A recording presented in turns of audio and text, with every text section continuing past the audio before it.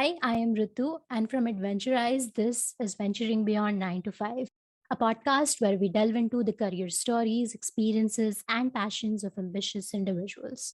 And today we have with us Savita Nanjappa, who is an award winning business coach, founder of global coaching platform Success with Savita, podcast host, contributor at Forbes, international speaker, and a member of the Forbes Coaches Council.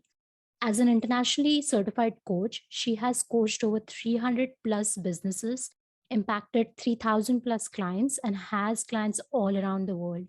She's the host of the Success with Savita podcast, which has over 150,000 plus downloads and is growing, and has featured some really cool and brilliant guests on the show.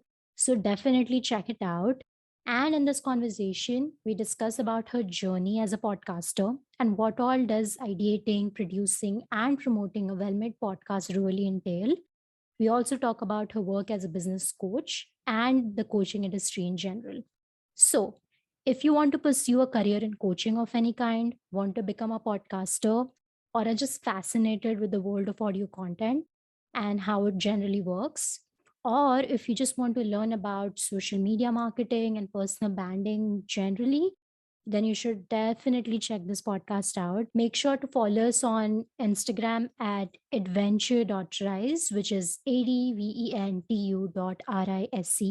Subscribe to our YouTube channel, Venturing Beyond 9 to 5.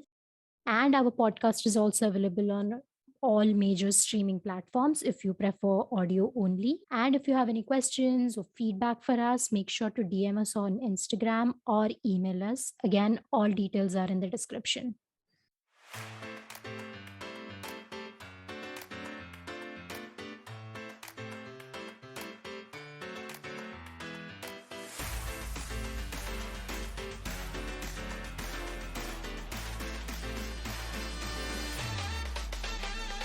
Why don't we start the Sure, conversation by sure, talking about your journey really quickly and what led sure. you to be a coach, and what are the skill sets you think you were like you needed to sort of develop to in order to be able to be a good coach. Okay. So my journey has been pretty weird because I never wanted to be an entrepreneur and I never wanted to start something on my own. My dream was always the corporate dream. I thought I would retire as CXO of something, right? And anyway, I hadn't thought about retiring, but I knew that I wanted to grow in the corporate in my corporate career. And maybe that's also the generation, right? You do your MBA, you're then all competitive about what campus hire, who did what, who got what scores. So I started out working, and my first job was with this company called Novo Nordisk, and then I moved on to Airtel. So I spent time, 17 years in fact, in sales, marketing, customer service. And during that time, I never once thought that at some point I'm going to exit and do something else. But it's strange that in the year that my daughter was born, it was around the same time that I was trying to figure out what my purpose is in life. And it had never occurred to me before what my impact is, what my purpose. It was all about self achievement, self accomplishing things for yourself. Mhm. What salary, what promotion, all of that. So that's when I started to think about it, and I'd already kind of decided that, yeah, maybe it's time to figure out what's next. I did want to have flexibility. I did know that because I was having a child a little late, I always knew that I wouldn't want to do these long work hours. So that's how, Mm. when my daughter was born, I decided to do something else. And one of the things that came up was that I would do image coaching. And I got myself retrained as an image consultant. I started out because I had the corporate network and I knew that I wanted to help people in middle management move to senior management, because the gap that I saw wasn't in skill sets, but was in the ability to communicate, was in the ability to build their persona, to be able to showcase their talents. And so I said, okay, I can help people here. And because I had the corporate network, a lot of people did, I connected with them and they said, come and do a workshop for us.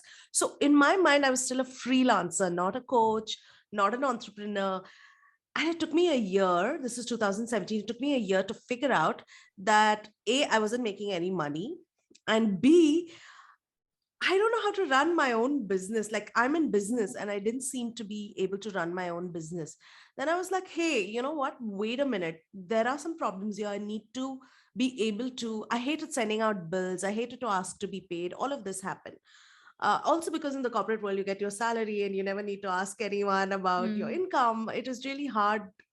So that's when I think the first mindset shift happened, which is the realization that I'm not a freelancer. I'm not somebody who's doing something as a hobby, but this is real stuff. And that's when I set up my company and launched my business. And I started to apply everything I had learned in my 17-year career into my own business. And during that time, when my daughter was born and I launched my business, I actually had started doing a lot of stuff. That's the time I'm talking about 2015, 16, when the internet was blowing up, Instagram was a thing, and there were blogs and all of this. And I was very much a part of that. I was so interested in everything that was happening. I had even set up a blog. I taught myself to code. I knew everything about WordPress. So I was really interested. So I started to apply digital marketing in my own business and being more visual, being more online. The second thing that happened was I was working with the client at that time, and the client was really struggling with confidence issues. As much as the image part is about your exterior, I knew that she needed the work, which is the inside stuff, which I wasn't equipped to do. And they say when the student is ready, the teacher appears. And that's when I met my coach, and that's when I moved into coaching. I did a year-long program.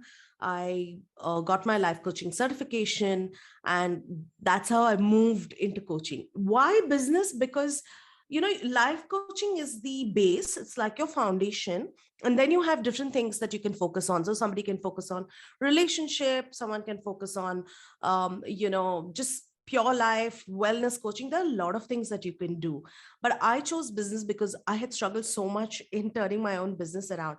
And because during that coaching program that I was doing all of these things to convert, to make my business profitable. I had got invited on a lot of podcasts because my fellow coaches had podcasts at that time. And a lot of people who heard me speak then wanted to work with me. And this was for people from other countries.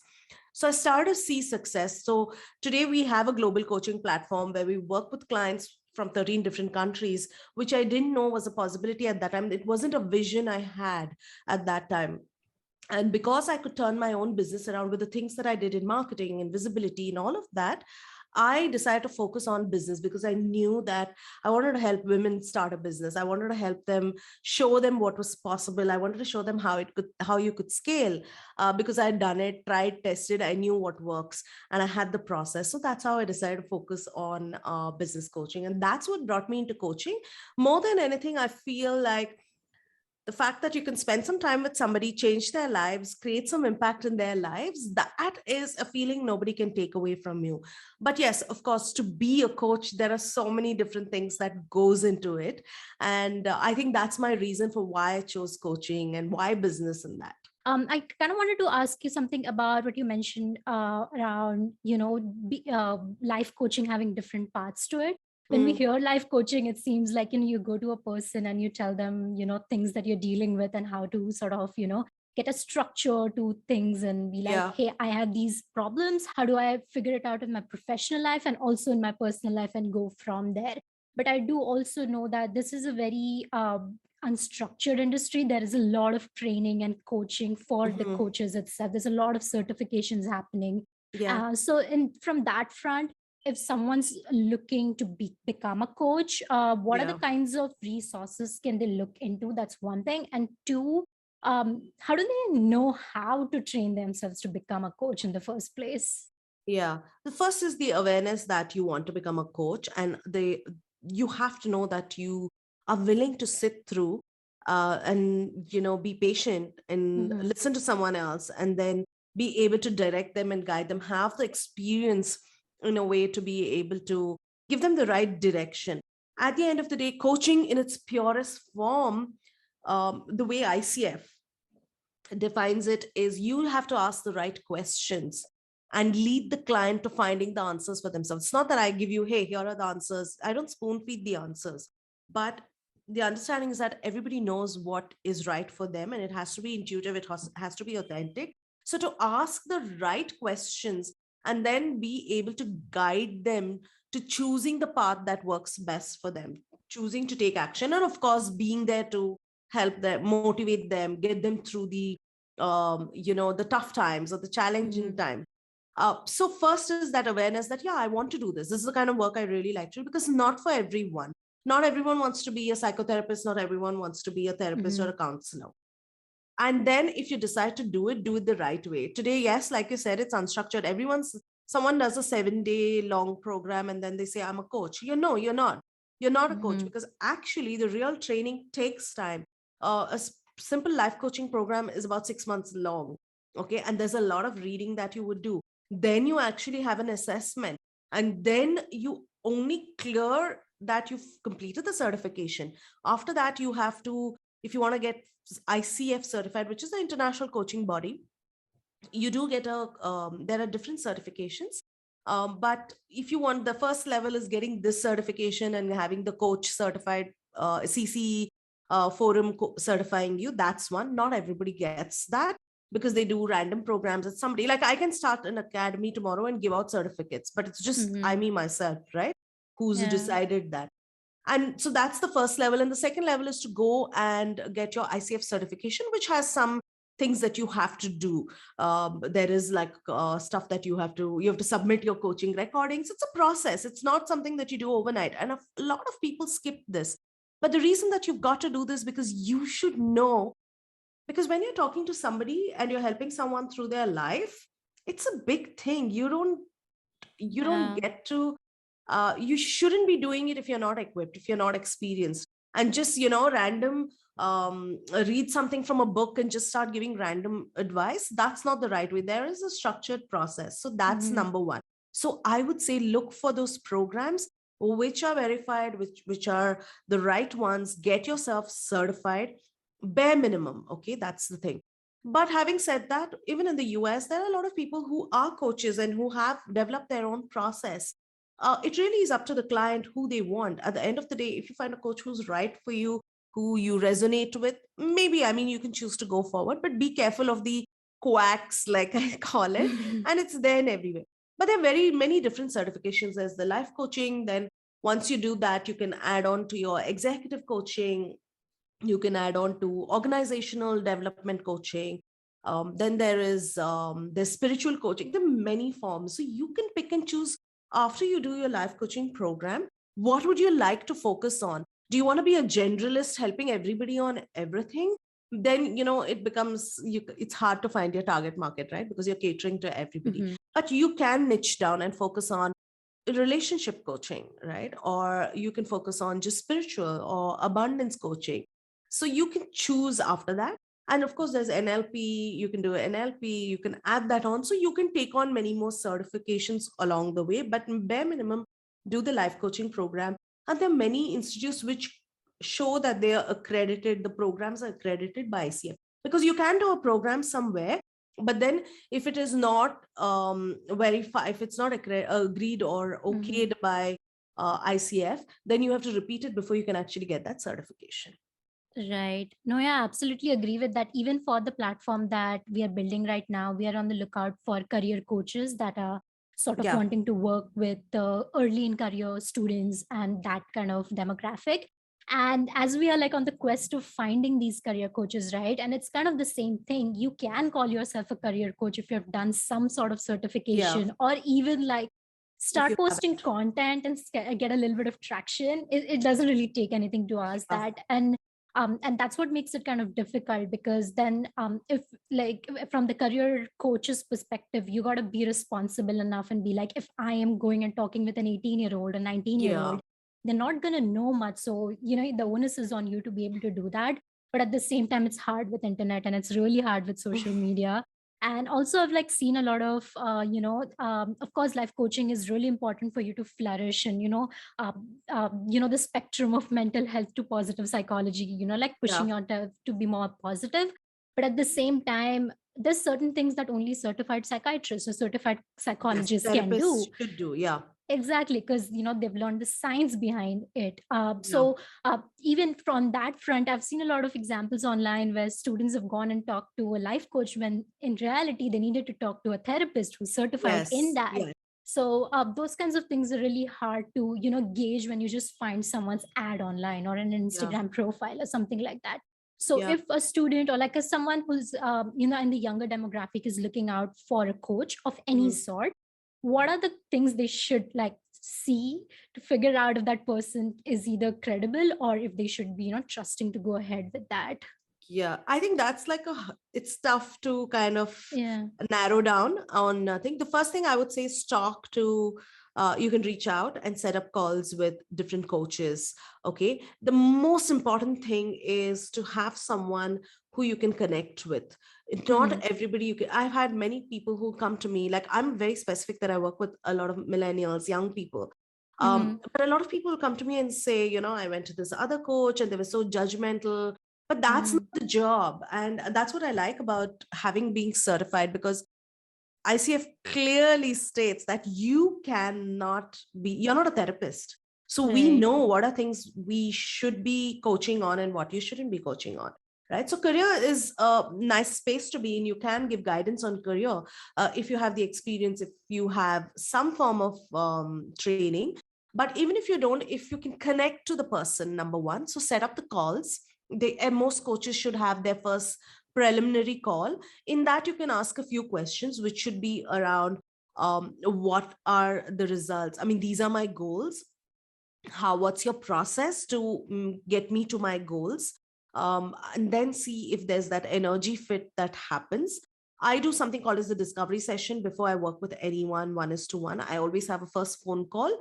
The reason is to see if really I'm the person for this, Hmm. for this client in front of me, and often to identify if the need is whether what they want to achieve is through life coaching or what they actually need is therapy.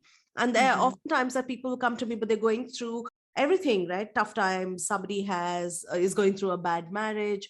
I ask them to go work with a relationship coach. I ask them to go work with a therapist. Hmm. And often I'll tell them, yes, we can work on this, but you will also work with the therapist on this. So sometimes it can be a combined program. So what you want to look out for is obviously see if they have some credentials, how active they are on social. If they don't have a social media, at least do they have a website? Those are things to look out for.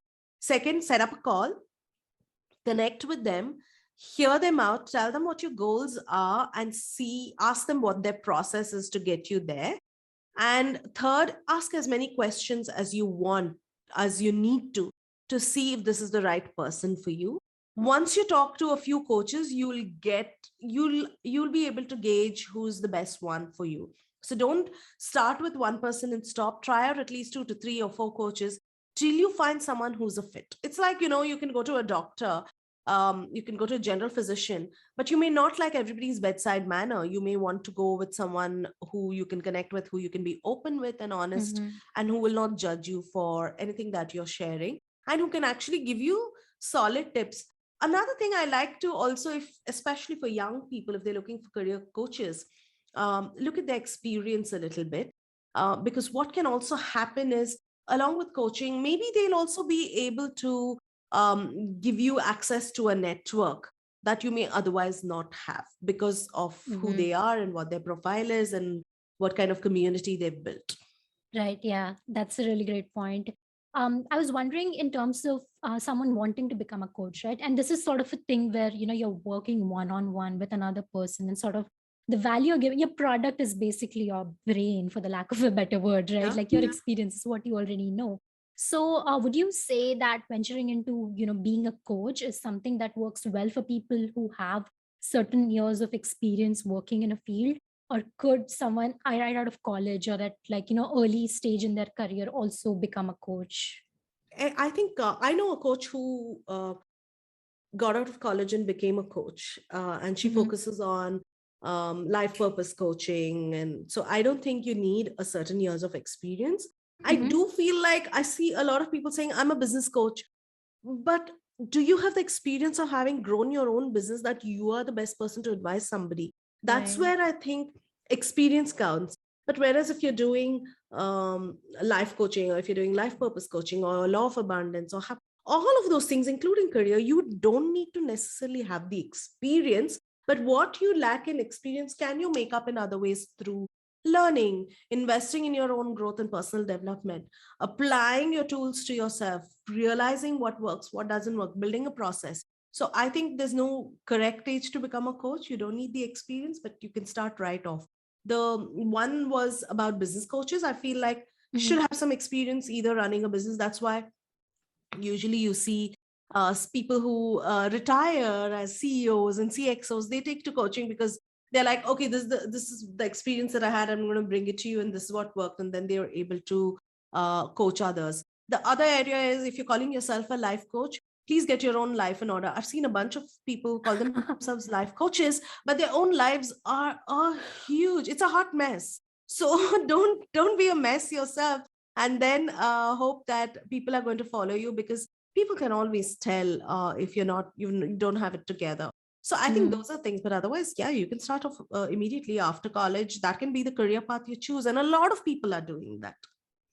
Do you see this market growing? Yeah, I think so, because earlier coaching, when I started in 2017, people would ask me, are you going to help me lose weight?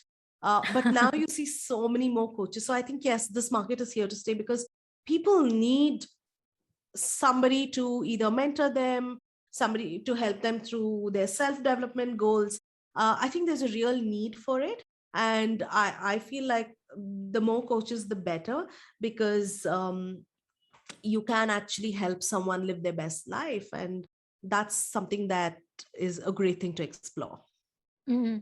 Yeah. So Yeah. really quickly, I know we only have 5 minutes left. I wanted to ask you about, as We can someone. actually, I do have 50, so I'm here till 3:15. If you Perfect. have enough Awesome. questions. All right, you Okay. can go in details then. Awesome. Yeah.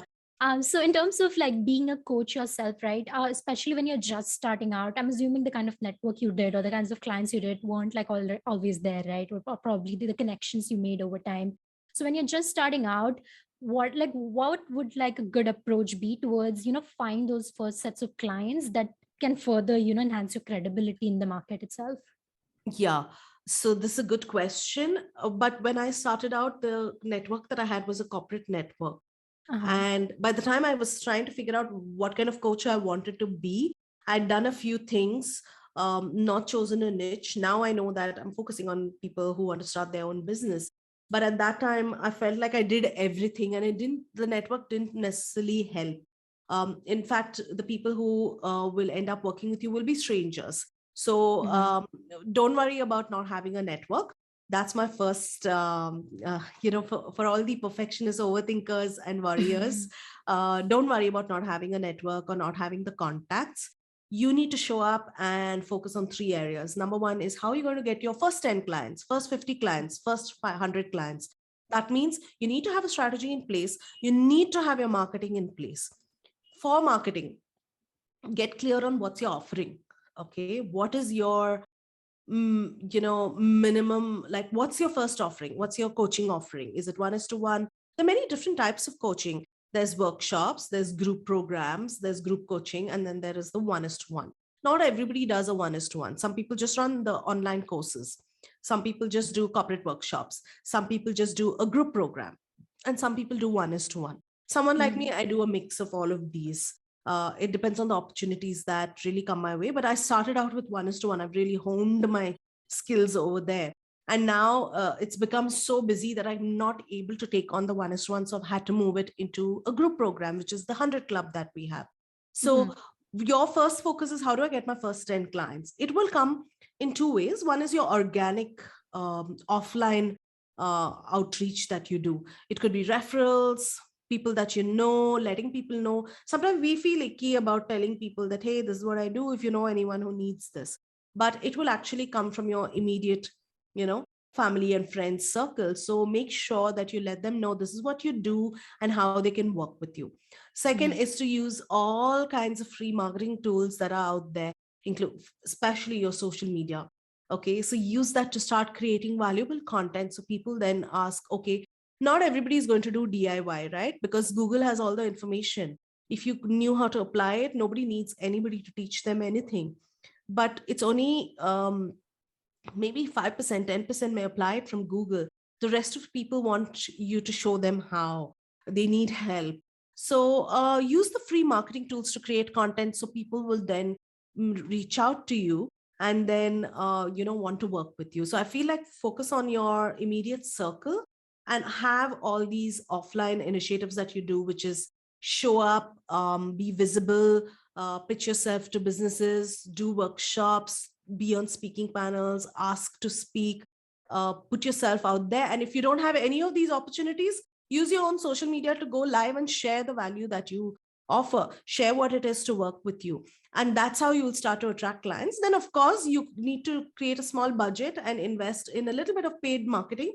So you can have a marketing budget and run paid ads, paid Google ads, all of this stuff. Mm-hmm. Yeah. Yeah, from your point of, trying to put yourself out there, whether it's social media or offline, I was wondering, so in terms of people who probably want to get into one-on-one coaching or just want to, explore this career, but aren't necessarily comfortable speaking in public or aren't comfortable, even doing an Instagram live where there's, 10 strangers watching you or things like that. Uh, in that case, is coaching even for you? Or should you be like okay with not being comfortable with that but still pursue this? So it is, if you want to grow your coaching practice, it is a business. So you have to challenge yourself, you have to push yourself. Now if you say, you know what, hey, I can't do all of this marketing, but I just want clients, that may be very hard if you're trying to go it alone. There is a different way, of course, where you become empaneled with businesses, services which offer coaches to companies. So you could join one of them, and therefore then you don't have to do any marketing. When there's a coaching need, they reach out to you. But if you want to make this as a real, like you're the face of your business, you're going out there to get clients out there, then you have to probably start. You're not going to be comfortable day one, but if you start putting out a little bit of content, start showing up a little bit, nobody is great at speaking when they are born. They've honed their skills over a period of time. So just practice will get you there, experience will get you there, but that shouldn't stop you from putting yourself out there. Again, speaking, even in your own social media, you just have to know your content topics, and you just have to speak about it. And don't worry about how you look, how you show up, all of that. You will improve. Just like podcasting, you got started, you didn't know how you're going to none of us knew how we were going to be as podcasters, but the same way. So don't think that, is this for me? There are different ways you can do coaching. Another way to do it is to just be part of these mentoring groups where then you sign up with them and then they get you the clients. Maybe that's something to explore if you find marketing yourself really hard. Yeah, that makes sense. Yeah, I kind of relate to that. In the beginning, we started podcasting thinking that, it's just going to be my voice, it'll be fine. And then few episodes in, we realized we probably need to put video content out there as well to get that kind of traction. And then over time, because I wanted this podcast to grow, sort of like ended up becoming okay with putting my face out there as well. So I think, like you said, it comes Yeah. slowly and you get sort of comfortable with it in the process of wanting to grow that thing itself. In terms of like wanting to be a coach again, are there like certain, so if you're a designer, you have a portfolio, you're looking for a software development job, you have your resume in place, is there something of that sort? Like, do you have, like, how do you present the work you've already done to potential clients? A great way to do this is your social media or your website, where you can share testimonials, you can share any certifications you have, any accomplishments that you have, awards that you won in your about page. And as you start to build up, let's say you show up and you speak on some panel, those are things that you can also populate on your website. You can use LinkedIn as well to do this. You have a LinkedIn company page that you can set up to do this, or you can just showcase it on your personal profile to show people who you worked with, what you did and showed. Most important thing is, when you start out, I would say work with a few people, make sure to collect those testimonials that you can then share. So you don't need to have something that you need to show to people. All you need to be able to show the client sitting in front of you who wants to choose to work with you is why you're the right person to help them, and what is it that you can help them with. Makes sense. So in terms of wanting to, sort of like grow your brand itself as a coach, like what are the kinds of, networking groups you can tap into to, find those potential clients, or even like find other coaches that you can learn from or collaborate with? Yeah. I think social media is the easiest way. You go and search Okay. coach, there's so much that will pop Right. up. Same thing with Facebook groups. There are many coaches who run Facebook groups as well. In terms of finding potential clients, social media is one way, running ads is another way. LinkedIn is a great way to find clients as Okay. well. If you're able to show up and share value and be able to have like make those call to action posts, right? Like saying that, hey, I'm this is a program that I have, and if you'd like to speak to me about how you can work with me one on one or how I can help you, set up a call. So having those things in place, I still feel like people don't use the free tools, which is in some way it's not really free because you're spending time and energy and effort, but use the social media to do that. You can also find everyone is there, everyone is doing the same thing. Another way is when you do your program, you will connect with a network of coaches. So that's a great way to get started, collaborate with each other, so stay in touch, build on that. Networking is key. Continue to network with people online, offline. Invest in networking. We don't invest in it enough. As entrepreneurs, I feel like a lot of people do it more naturally.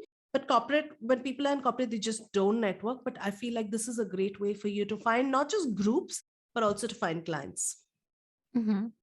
So, in terms of offline networking as well, you got started with this, what, like 4 years ago at this point? Yeah. Yeah. And you're in Bangalore, right? Like that's where Yes. you live? Yeah. Yes. So I was wondering, like now that, there's so much of like migration happening and people changing their long-term plans after the pandemic, wanting to be closer to homes and things like Yeah. that.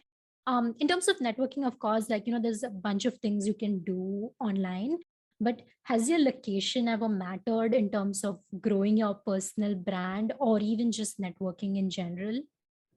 No, it hasn't, Okay. because it really is down to you and how you approach it. Earlier, so I had this thing, I used to travel for work as well. So when I travel for work, there would be client meetings that I would have, but I would also, there may be someone that I connected with online. I would also Hmm. reach out to them and say, hey, I'm in the city. Would you like to catch up for coffee? And I always made sure to set aside some time to do the networking. That's one thing that I did, whether I travel to Mumbai, anywhere. I do a Hmm. lot of online networking as well. And I see if there's some people that I resonate with, I see if I can take it forward. A great way is there are a lot of online networking groups. So use them, join these groups. In fact, even inside my 100 club, everybody is networking with each other. But they're very formal networking groups as well. So network with them, join them, let people know. That's literally going to be the first way that you start. And then you can take it forward when you travel, or if you're in the same city, you can connect with the people over coffee in your same city for all the people who are in that group. Of course, there are other even more formal organizations like BNI. So you can Hmm. choose to be a part of BNI, and that's another great way to get clients as well. The last few minutes that we have left, I want to talk about, something that you're really passionate about and working a lot around is women in business. So, it's like, what are some of like, good resources and initiatives that you've come across that might help women just starting out in business? For women, there are so many now, a lot of businesses, a lot of brands, a lot of platforms are building a lot of resources. I think there are many groups out there. Number one, there are networking groups and there are learning groups, learning platforms. For women to grow in business, what do you need most, right? You need support, and you need a little bit of hand holding if you don't know how to get started. But I Hmm. think what people need the most is community. If they're part of the same, because not everybody understands the business journey, right? My family, as much as they love me, they don't get it when I'm struggling with content creation, or how some guest said no, or I'm dealing with my client. They may not get the daily nitty-gritties, but that's something that only another business owner gets. So I feel like one thing for women in business is find your communities, Hmm. find your support groups. There are many out there. You go check out all of these and see what feels like a fit. So that's one. Second is there are learning platforms. So there are courses you can take, there are accelerators you can join, there are programs being run like the Goldman Sachs program. See if any of these are of interest to you and if they'll help you. It may sound like it's something great to do or something prestigious to do, but if you're going to be spending 9 months, 10 months, and it's not helping you, then don't do it just for the sake of doing something. So I feel Mhm. like there are the communities and then there's the learning groups. I recommend being involved in both. I kind of wanted to ask you about, like any other learning, like specific learning resources that's helped you as a coach or as a podcaster or as a business owner. I think all of the podcasts and books and some courses, it really depends on what stage of your business is at. For example, when I was just starting out, I was part of a program where they were teaching coaches how to get started, for example. It was part of my own coaches program as well. And then once that went past, then I wanted to learn about, you know, just digital SEO. So then I went and did a course. So it's Mhm. really about where you are in your journey. You can find resources that you can learn from. I personally like Startup School by Y Combinator. They have a lot of archives. So that's one resource that I would really advise people to try. And then there are also a lot of learning membership groups that are there run by coaches. So that's something that you can also look up in terms of, but I think start with Y Combinator and then take it from there. In terms of like there's Female Entrepreneur Association, which is a membership program. Then there is the society run by Boss Babes, which is a membership program for more, if you're looking at international resources, but for the more Indian resources, there is Hen dot community, Hen India, which is a networking platform for women entrepreneurs who also they have events and stuff. And of course, you have the 100 Club here, which you can look at. But also, it's not just any one thing, but it's a mix of many things. So listen to the podcast. Like I personally follow something called as the learning hour, not learning hour, but a learning time. So in my calendar, in the week, there's always, when I'm even writing my goals, my quarterly goals, I always ask myself, what do I need to learn this quarter? Okay. Mhm. And the answer may be that I need to learn a little bit more on OKRs, or the answer may be that I need to learn a little bit more around, how to grow my podcast, or how to set up my YouTube channel. So I will then add that to my learning goal, right? That's going to be my learning Mhm. goal for the quarter. And then I also have time set aside weekly to do my reading, to do my listening to podcasts. So that is one way for me to continue to learn. I think investing in yourself, whether you're a coach or you're not, as a coach, you should, but investing in yourself, spending money on taking those programs, going to those courses, getting those extra, maybe even certifications is really important because you've got to keep leveling up. At this time, this year, one thing that I've invested in is in something called as, which is a speaking program, Mhm. because I want to grow my speaking career. So that's something that I've invested in. Maybe next year I'll choose some other area to invest in and grow that skill set. So I feel like there are many resources out there. It really depends on what your budget is and what you're looking for. And based on that, you can pick and choose the programs you want to be a part of, the books that you want to read, the podcasts you want to listen, the courses you want to take. So that's something that I would recommend you do, and make it like a learning, like having learning in your planning every year. One of your goals every year is important. Awesome. Love that. Constant upskilling is super important. Do you have anything to promote or anything you Yeah, want to I share? would like people to, whoever's listening to this, please follow us on Instagram. Success with Savita is the handle. And we have the 100 Club. The link is in my bio on Instagram. I'll share it with you as well. And you can join the 100 Club if you're a woman entrepreneur who wants to start a business, already have a business, and you want to scale it, grow it, then join the club. It's a annual program. You get access to an exclusive community, and there's a lot of coaching that we do every month. We have a lot of learning events that happen. We bring in guest experts as well. So join it if this is what you need in your life right now. But otherwise, follow me on Instagram and you can send me any questions you have either on my LinkedIn, Savita Ranjappa, or DM me on my Instagram. Awesome. Well, thank you so much for your time and giving us those extra few minutes. Definitely going to be really hard to edit this because there's so much good content coming out. But yeah, really appreciate you taking time for this, Savita. Thank you. Thank you for having me. It's been a pleasure talking to you guys. I made sure to move my next meeting to 3:30 so I didn't have to rush it and get through it. So thank you for having me and all the best to you both. And I look forward to listening to the podcast as well.